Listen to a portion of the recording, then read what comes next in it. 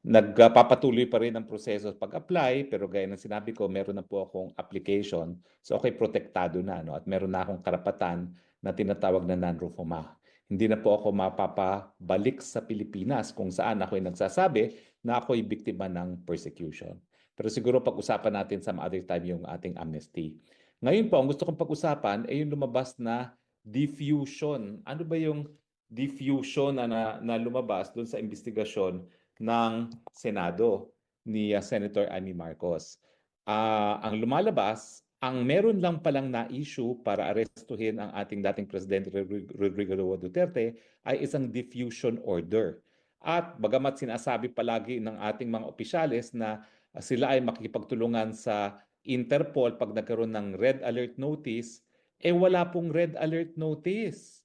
So ano yung diffusion order at bakit ito ay sablay bilang legal na basihan sa pag-aresto kay Presidente Duterte?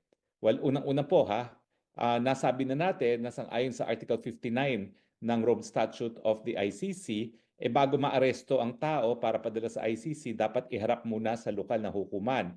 At ang mangyayari doon sa lokal na hukuman, para siyang extradition. A-ascertain yung identity ng tao, sisiguraduhin na yung kanyang mga karapatan ay narespeto, at saka siyempre issue na kung meron bang jurisdiction yung hukuman na nagre-request ng extradition ng isang Pilipino.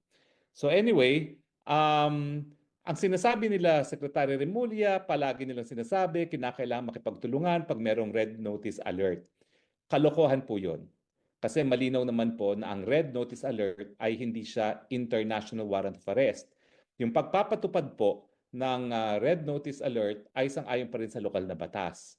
At dahil sang-ayon nga sa um, Rome Statute na kinakailangang iharap siya sa hukuman, ang dahilan kaya kinakailangang iharap sa hukuman ay para masigurado na sang-ayon sa ating saligang batas na no person shall be deprived of life, liberty, or property without due process of law, na maririnig muna yung tao na aarestuhin. Lalong-lalo na kung siya ay merong pagtutol doon sa jurisdiksyon ng hukuman na maglilitis sa kanya o humihingi ng kanyang pagkatao. At alam naman natin sa mulat mula, sinasabi natin na wala ng jurisdiction ICC dahil tayo po'y bumitiw na at nagsimula yung preliminary investigation matapos or lampas na doon sa isang taon matapos tayo nag-deposit ng instrument of withdrawal.